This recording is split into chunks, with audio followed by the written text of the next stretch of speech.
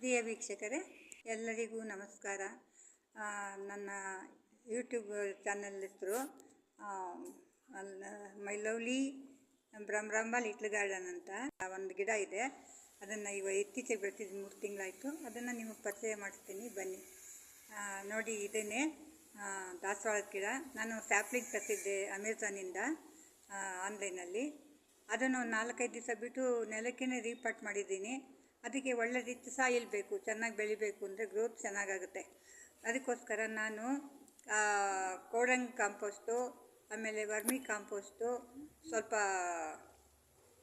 ಇದೇನಪ್ಪ ಬೋನ್ meal, horn meal, ಸ್ವಲ್ಪ leather meal, ಆಮೇಲೆ ನೀಮ್ ಪೌಡರು, ಆಮೇಲೆ HHP